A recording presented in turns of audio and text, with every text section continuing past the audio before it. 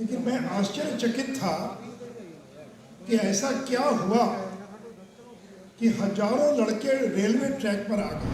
74 JP आंदोलन के बाद पहली बार मैंने छात्रों को इतना आक्रामक, इतना उग्र और इस प्रकार से सड़कों पर लड़ते हुए देखा।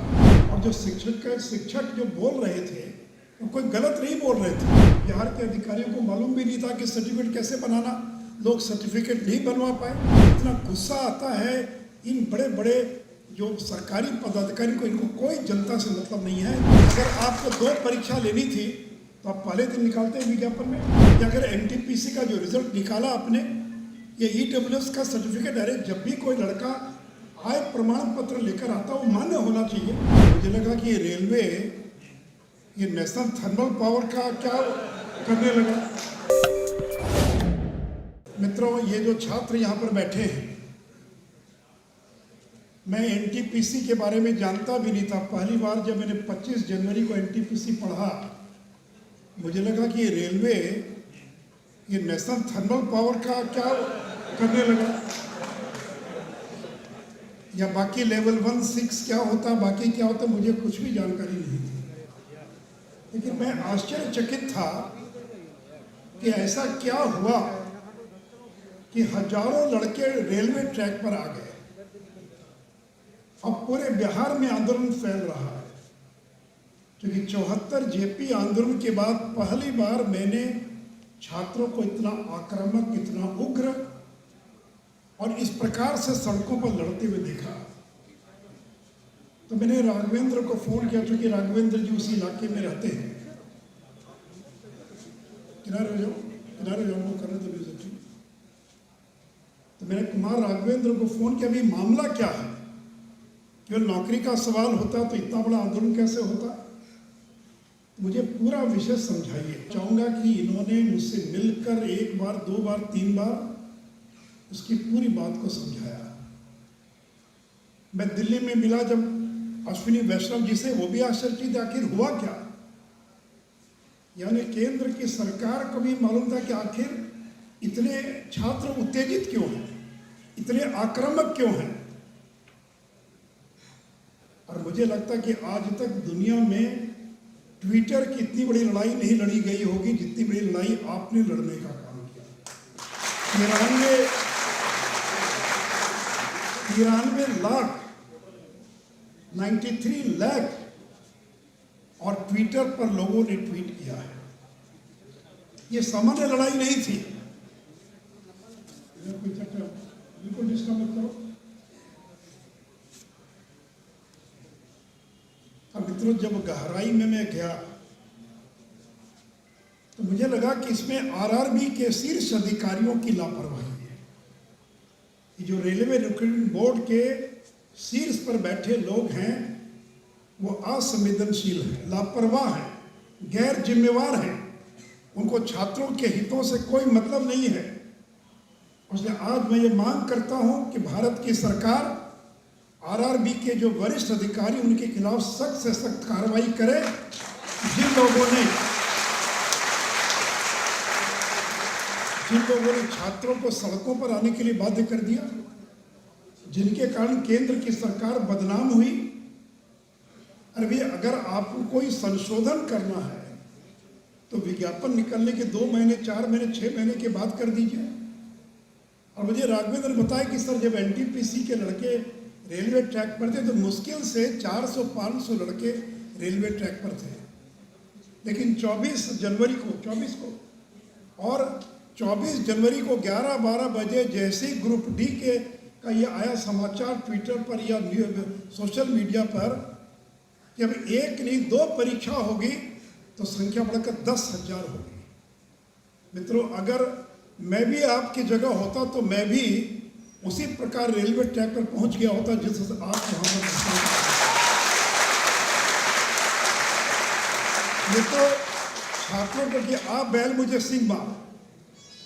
अरे भाई, अगर आपको 1 नहीं 2 परीक्षा लेनी थी तो जब 2019 में विज्ञापन निकला उसी समय आप विज्ञापन में देते कि 2 परीक्षा होगी। परीक्षा की डेट की 1 महीना, परीक्षा के 1 माह पूर्व आपने घोषित कर दिया कि 1 नहीं बल्कि 2 परीक्षा होगी। और जब एनटीपीसी का 20 गुना रिजल्ट देने का निर्णय लिया गया, और मैं आदरणीय प्रधानमंत्री जी को धन्यवाद देना चाहूँगा। पहले 10 गुना होता था, फिर बढ़ाकर 15 गुना किया गया, और इसी सरकार में 20 गुना किया गया। लेकिन ये आरआरबी के अधिकारियों ने लड़कों के भविष्य के साथ खिलवाड़ करना शुरू कर दिया, और एक एक लड़का जिसका 5 लेवल पर रिजल्ट आया था उसको अलग अलग मानकर 11 गुना ही केवल रिजल्ट प्रकाशित किया। इससे भी आग में घी डालने का काम किया।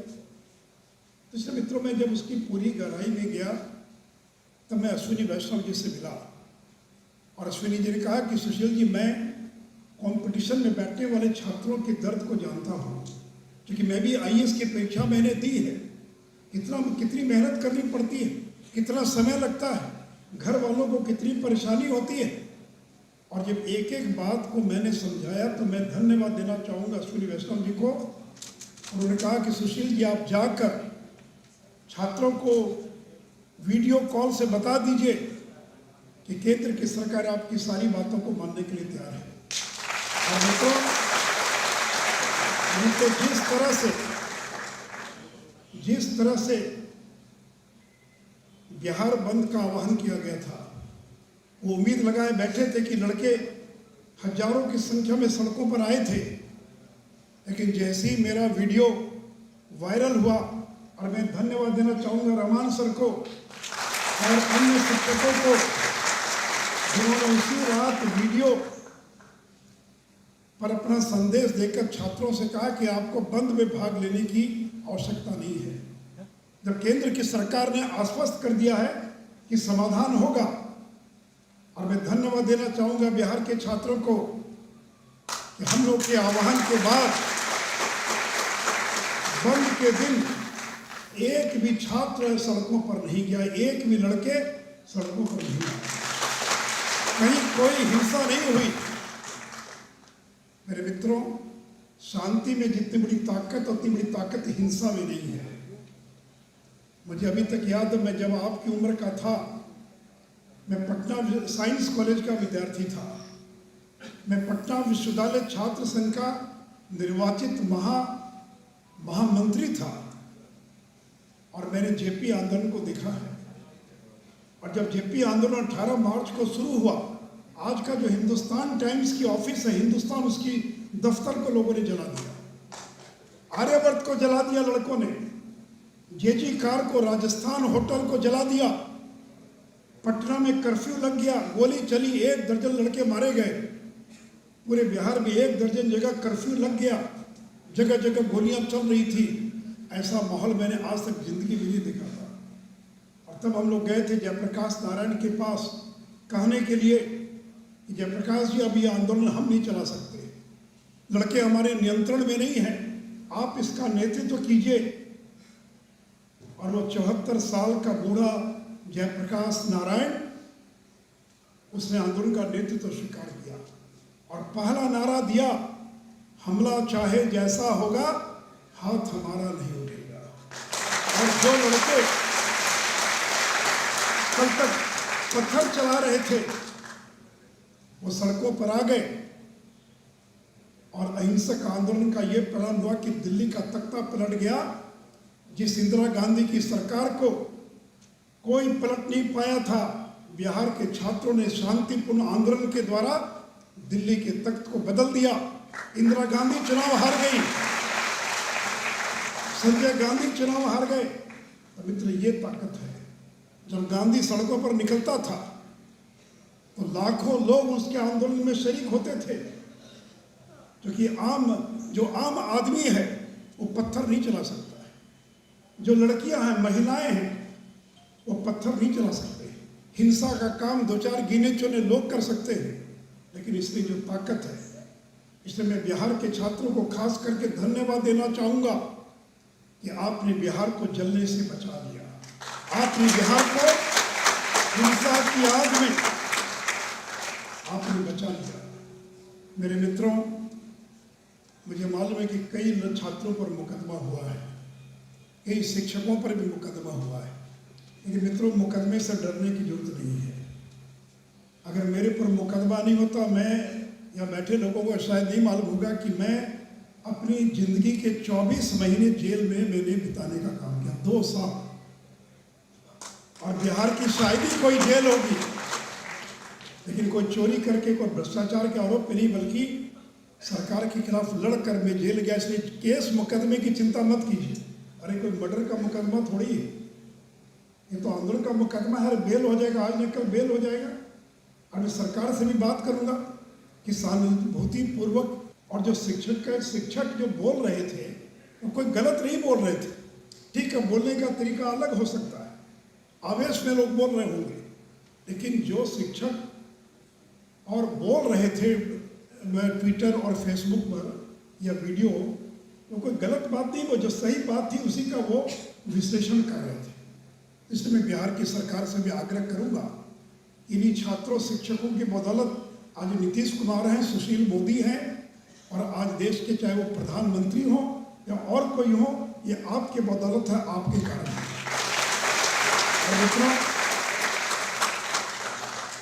नरेंद्र मोदी जी जब बिहार में आंदोलन शुरू हुआ तो पल पल की पूरी जानकारी ले रहे थे, क्या हो रहा, क्यों हो रहा है। अगर प्रधानमंत्री ने हस्तक्षेप नहीं किया होता तो इस का समाधान नहीं निकला होता। इसलिए मित्रों, मैं अपनी ओर से बिहार के तमाम छात्रों को, सभी अपने शिक्षकों को, भाई राघवेंद्र जी को, और वैसे मीडिया के लोग या मीडिया के लोग, न्यूज़ 18 से लेकर जी न्यूज़ से लेकर सारे चैनल के लोग हैं, इन लोगों ने बहुत सकारात्मक भूमिका का निर्वाह किया है। अगर चाहते तो ये आग लगा सकते थे, लेकिन इन चैनल्स के लोगों को धन्यवाद देना चाहूँगा।